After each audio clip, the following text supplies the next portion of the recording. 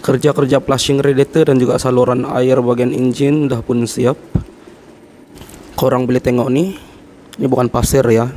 Ini adalah karat-karat yang akan menyumbatkan radiator dan juga saluran air bahagian engine lah. Inilah yang akan berlaku bila engine dan juga radiator terlalu lama tidak di flushing ya.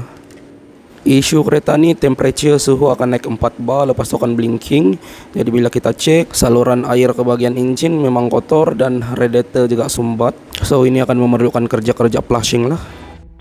Hai, assalamualaikum dan kembali lagi di channel Alan Style. Kerja-kerja kali ini adalah cara flushing saluran air bagian engine dan juga radiator bagi kereta Iswara LMST. Pertama sekali kita harus lepaskan hose pipe yang tersambung pada bahagian housing thermostat.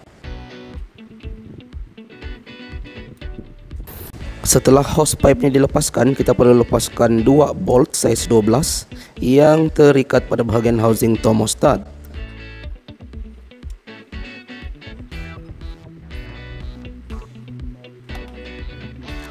Kita keluarkan housing thermostat. Ini adalah keadaan housing thermostat yang dah berkarat. Kita keluarkan thermostat. Ini adalah thermostat bagi kereta Proton Saga Iswara atau LMST. Dan housing thermostat ini kita perlu capkan balik. So kita akan pasang kedua-dua skru housing thermostat nih.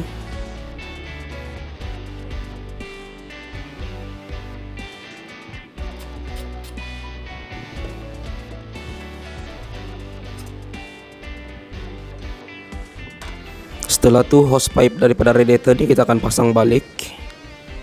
Dan hose pipe yang tersambung pada bagian radiator ini perlu kita lepaskan.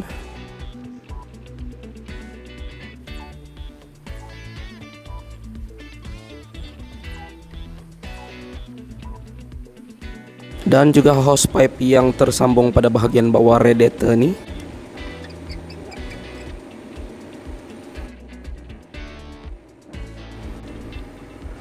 Hose pipe dah pun saya lepaskan. Korang boleh tengok air yang keluar daripada engine ni memang kotor. Biasanya kami akan flush dengan cara ni lah. Kami akan masukkan air pipe dan kami akan masukkan pressure angin. Sekarang ni kita akan flushing saluran air pada bahagian engine. Dan ketika flushing ini dilakukan, thermostat perlulah dikeluarkan terlebih dahulu ya.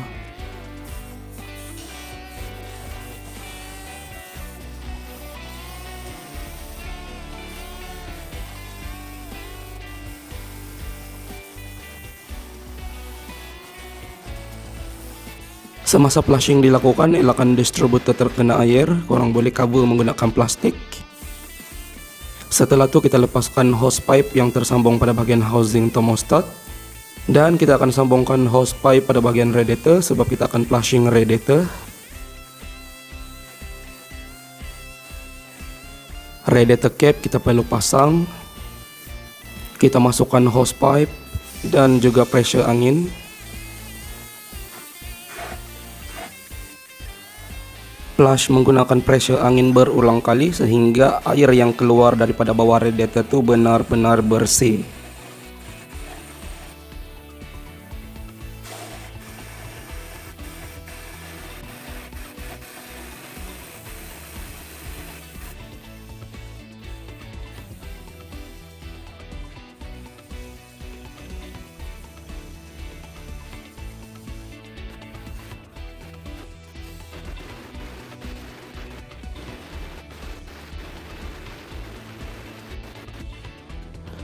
Thermostat lama masih lagi elok, jadi kita tidak perlu ganti thermostat nih. Kita hanya akan basuh dan kita akan pasang balik. Untuk pemasangan housing thermostat kita hanya perlu gunakan gasket paper nih saja. Saya akan tunjukkan kotoran yang keluar daripada radiator dan juga saluran air pada bagian engine. Ini adalah kotoran daripada radiator dan juga yang daripada engine. Hasil daripada flushing tadi. Korang boleh tengok karat nih. Karat-karat ini yang akan menyumbatkan sistem thermostat korang dan sekaligus akan menyebabkan kereta korang overheat.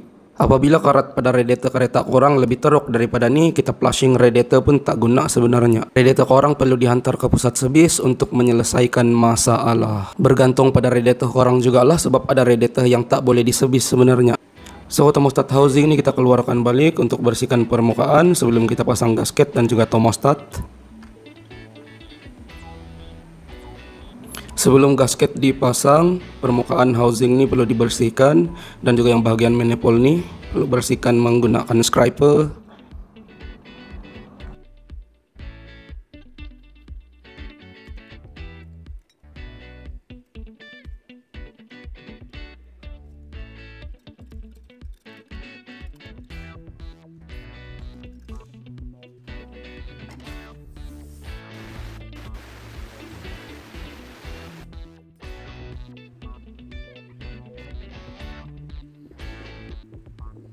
Saya akan buat gasket daripada paper ini saja.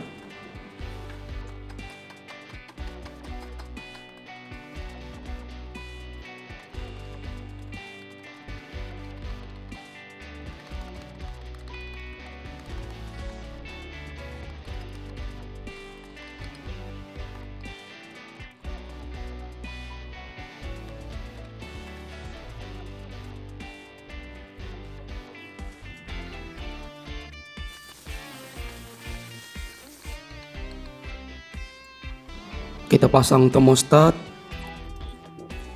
Walaupun kita menggunakan gasket kertas ini, itu tidak semestinya kita tidak perlu menggunakan silicone gum ya. Sapuh gum pada bahagian housing.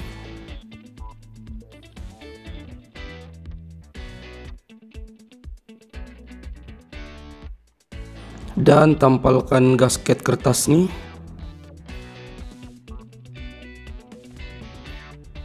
Permukaan gasket ini kita perlu silikon. Kita hanya perlu sapu senipis yang mungkin, tidak perlu tebal.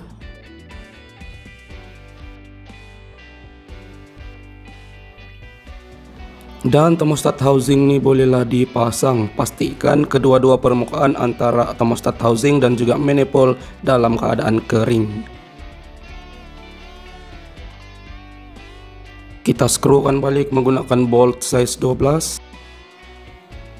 Untuk pemasangan pipe hose kita perlu silikon juga lah.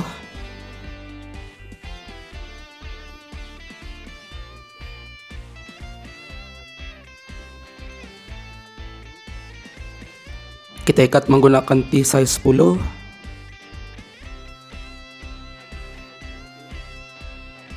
Begitu juga pada bahagian radiator. Kita masukkan pipe dan kita ikat menggunakan screwdriver leper.